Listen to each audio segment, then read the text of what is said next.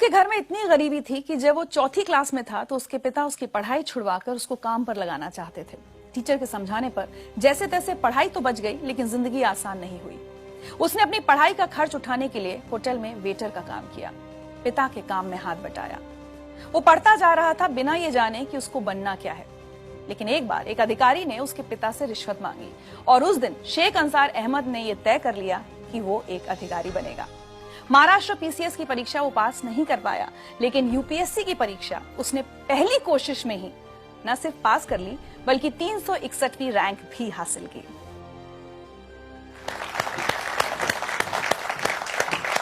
बहुत बहुत बहुत स्वागत है आपका जिंदगी लाइव में। मुझे बहुत अच्छा लग रहा है इतने यंग ऑफिसर को अपने सामने देखकर।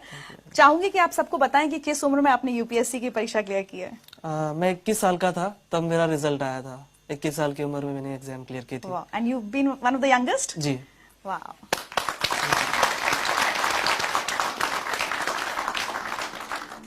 बहुत गरीबी के दिन देखे हैं बचपन में? जी हाँ, बिल्कुल, क्योंकि मेरे पिताजी जैसा एक ऑटो रिक्शा ड्राइवर थे और जो बीपीएल फैमिलीज होती है, बिलो पॉवर्टी लाइन, जो घर आपने देखा अभी, वो घर भी हमें उसी के तहत मिला था। तो एक बिलो पॉवर्टी लाइन की फैमिली में मैं पैदा हुआ था। अच्छा, ये क्या हालात बन गए थे कि आपके फादर को स्कूल जाकर ये कहना पड़ा कि मैं इसको नहीं पढ़ा पाऊंगा? मेरे पिताजी को किसी ने बताया कि इसको पढ़ा के कौन सी नौकरी लगनी है, सरकारी नौकरियां नहीं है और हमारी कम्युनिटी के लोगों को नौकरियां नहीं मिलती, कोई नौकरी नहीं देता, तो उससे इसको पढ़ा के कोई मतलब नहीं है, आप इसी किसी काम को लगा दीजिए, घर में 2 पैसे आ जाएंगे। एक मैसेज सुनवाते हैं आपको। जब उसके पिताजी स्कूल में आए तो वो बोले उसका नाम निकालने का है, अब वो उसको स्कूल में नहीं रखने का। फिर मैंने बोला क्या करेंगे फिर उसका, वो क्या करेगा? तो उसको कुछ तो भी काम धंधा दे के काम करेगा।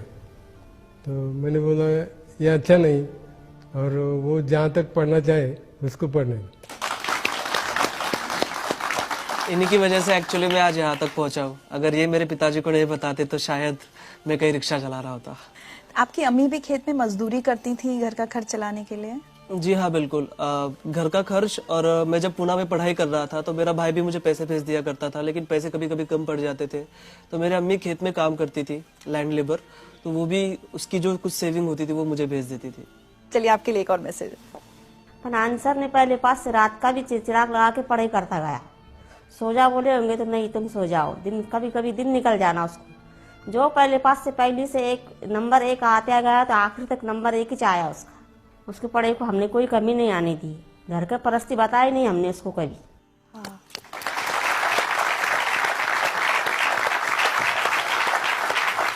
और उस दौरान भी परिवार की स्थिति तो बदली नहीं थी, दिक्कतें थी। उस समय भी आपको बहुत काम वाम करना पड़ा अपनी किताबों का खर्च उठाने के लिए। 10th में मेरी छुट्टियां चल रही थी और मुझे कंप्यूटर सीखना था, तो MSc IT का कोर्स आता है, वो कोर्स मुझे करना था। उसकी फीस थी लगभग 2800 समथिंग, उस वक्त उसकी फीस थी। पे करने के लिए पैसे नहीं थे, तो मैंने मेरे अब्बू को बताया कि भाई ये रेस्टोरेंट है, यहाँ पर मुझे काम करना है, मुझे वो लगभग 3000 रुपए तक कुछ पगार दे रहे हैं। अब्बू ने कहा ठीक है, तुमको करना है तो करो। फिर मैं उस रेस्टोरेंट में काम करता था, सुबह 8 बजे से लेकर रात में 11 बजे तक वो काम होता था। बीच में 2 घंटे छुट्टी मिलती थी, उसमें मुझे मेरा लंच करना होता था और 1 घंटा मुझे वो जो कोर्स है उसकी तैयारी के लिए जाना होता था। हमारे गांव में ही वो होता था और काफी डिफिकल्ट था मेरे लिए, क्योंकि मुझे वो बड़ा पॉट लेकर पानी लेकर आना पड़ता था कुएं से निकाल कर।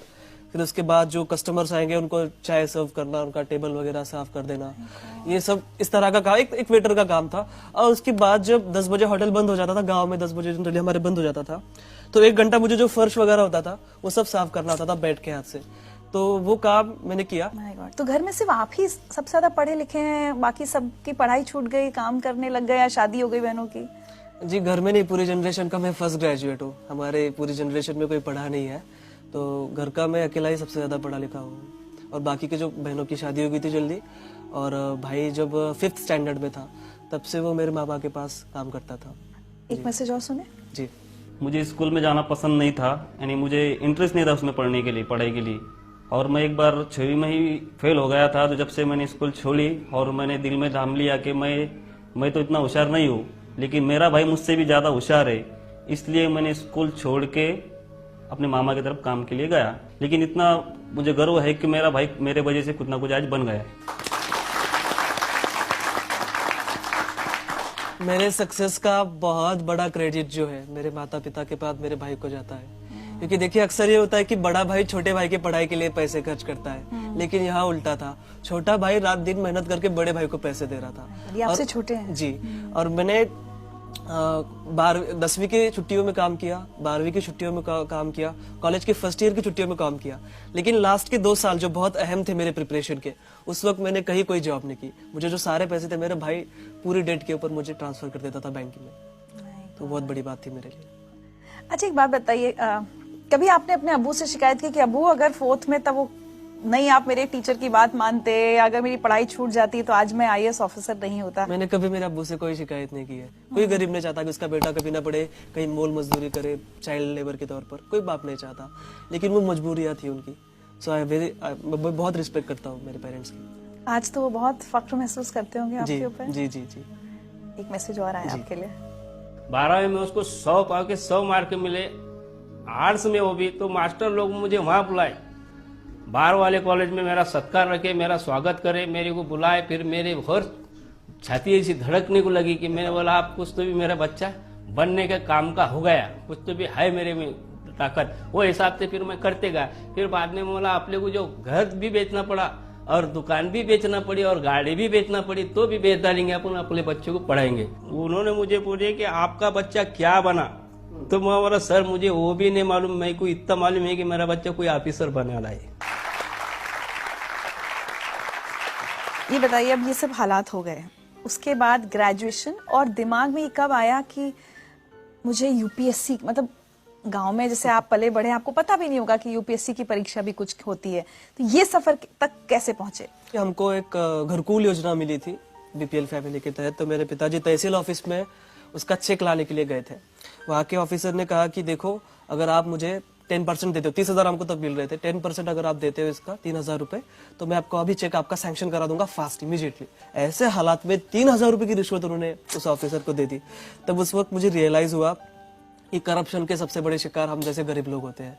फिर 10th की छुट्टियों में हमारे एक क्लास टीचर थे मापारी सर, वो ब्लॉक एजुकेशन ऑफिसर बने, महाराष्ट्र पब्लिक सर्विस कमीशन के एमपीएससी के जो स्टेट का एग्जाम होता है वो क्लियर करके ऑफिसर बन गए। उनका मैंने पेपर में नाम पढ़ा, फिर उनको मैं जाकर मिला, मैंने कहा सर आप ऑफिसर बन गए और मुझे भी ऑफिसर बनना है, कैसे बनते मुझे प्लीज बताइए।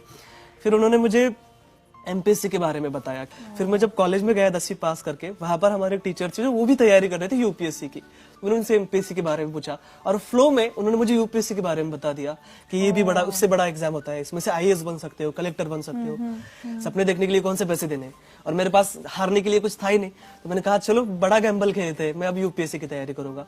अंसर, कभी जब तैयारी कर रहे थे यूपीएससी की, उस दौरान भी तो ये फेज आया होगा कभी कि ये प्रेशर बने कि अब छोड़ो, इसमें तो पता नहीं होगा या नहीं होगा, कोई छोटी मोटी नौकरी कर लेते हैं, कम से कम अब्बू अम्मी का हाथ बटाएं, ये प्रेशर था आपके ऊपर? जी बिल्कुल था। बहुत बार ऐसा लगता था कि कंपटीशन देखिए 5-5.5 लाख बच्चे एग्जाम देते हैं, तैयारी करने वाले तो उससे भी ज्यादा है, लेकिन बाद में खुद से ही मैं पूछता था कि ठीक है मैं ये नहीं करूंगा तो क्या करूंगा, छोटी मोटी कहीं नौकरी कर लूंगा, उसमें मैं सेटिस्फाइड नहीं रह पाऊंगा, मुझे बड़ा करना है कुछ तो। और मैं पढ़ाई भी नहीं छोड़ सकता था, क्योंकि देखिए मेरे सामने 2 ही ऑप्शन थे, डू और डाई, इसमें मुझे करना ही था। और वही रीजन है कि मैं इतनी फर्स्ट अटेम्प्ट में 21वीं साल की उम्र में ये क्लियर किया, क्योंकि मेरे पास दूसरा कोई ऑप्शन नहीं था। एक मैसेज और है आपके लिए। जब यूपीएससी मेंस का रिजल्ट लगा उस दिन मैंने तुझे कॉल किया था और मैंने तुझे सबसे पहले बताया कि तू पास हो गया है। उस शाम हम मिले भी थे, तू बहुत खुश और इमोशनल था, मैं भी वो खुशी जाहिर कर रहा था, पर उस इतने बड़े दिन भी तेरे पास खाने के लिए पैसे नहीं थे। हम दोनों ने हमारे घर पे ही खाना खाया था। मेरे लिए ये बहुत बड़ी बात नहीं है कि मैंने तुझे खाना खिलाया, पर मेरे लिए ये अवसर था कि मैंने इतने कम उम्र वाले एक आईएएस ऑफिसर के साथ खाना खाया।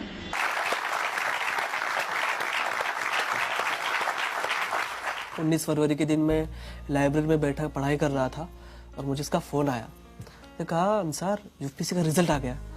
मैंने कहा माय गॉड, मेरे वहां पर हार्ट बीट्स बढ़ गए। मैं समझ में नहीं आ रहा था मैं क्या करूं। उसने कहा तेरा रोल नंबर बता।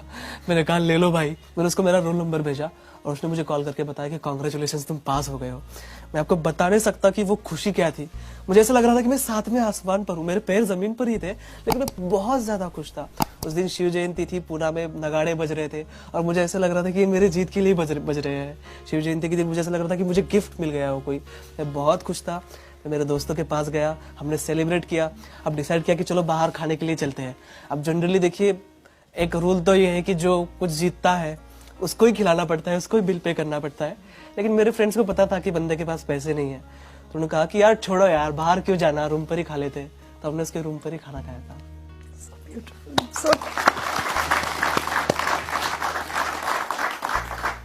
मेरे पास सच्ची आज शब्द नहीं, आपकी बातें सुनकर कितनी खुशी हो रही है कि एक बच्चा कहाँ से कहाँ पहुंचा है और अब जल्द ही आपकी नौकरी की शुरुआत होने वाली है। आपको लगता है अंसार, आप जहाँ से आए हैं, आपका जो बैकग्राउंड है, क्या वो आपको एक अलग ऑफिसर बनाएंगी? मैं ये सोचता हूँ कि मेरे लाइफ में मैंने जो फेस किया है वो किसी और को फेस ना करना पड़े। तो जाहिर सी बात है कि मैं एक अच्छा ऑफिसर बन पाऊंगा। मेरे साथ वो मोटिवेशन रहेगा। जब भी मैं किसी बच्चे को कोई काम करते हुए देखूंगा तो मुझे वो फीलिंग आएगी कि कुछ साल पहले मैं भी ऐसा काम कर रहा था और मुझे बहुत बुरा लगता था जब मैं किसी को चाय सर्व करता था या किसी का टेबल साफ करता था। तो वो फीलिंग आएंगी और मैं उसके लिए काम करूंगा। तो मुझे लगता है कि मैं एक अच्छा ऑफिसर बन पाऊंगा just because of my background. आज अगर पीछे मुड़ के देखते हैं और अपनी जिंदगी की कोई एक चीज बदलना चाहें तो क्या हो? मेरी जिंदगी की मैं चाहूंगा कि मेरा बचपन फिर से आ जाए और मेरे पिताजी उसमें IAS हो। सो जैस मुझे तो जब मुझे कोई यूनिफॉर्म ना मिला हो या कोई किताब ना मिली हो तो वो मुझे मिल जाए। कोई एक मैसेज जो आप सब लोगों को, और सिर्फ जो यहाँ बैठे हैं वो नहीं, जो बहुत सारे लोग टेलीविजन पर आपको देख रहे हैं और उसमें से बहुत सारे IAS की तैयारी कर रहे होंगे, उनको क्या मैसेज देना चाहेंगे? जी, मैं उनको यही मैसेज देना चाहूंगा, एक रिक्शा चलाने वाले का लड़का अगर IAS बन सकता है, जिसने अपनी लाइफ में सारे ऑड्स देखे हो, तो मुझे ऐसा लगता है कि हमारे देश का कोई भी बच्चा, और गरीब से गरीब बच्चा भी, और किसी भी मजहब का बच्चा IAS बन सकता है। आप सभी को मेरी बहुत बहुत शुभकामनाएं। वाह।